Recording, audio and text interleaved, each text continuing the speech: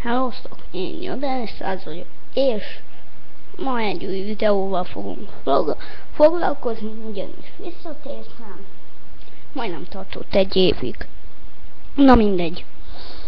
Azt akartam mondani, hogy Joypad is velem visszatért. Ja, igen. És írhatok talán kérdezfeleleket, hogy lesz egy olyan videó. Kérdezzel, én megfelelek.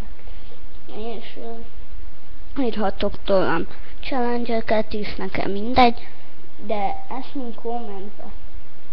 Ja, igen, várjál fel. Na mindegy. Még egy valamit szeretnék mondani, hogy Joypad is velem visszatért. Láthassátok! Joypad! Joypad! Így is fogom. Na.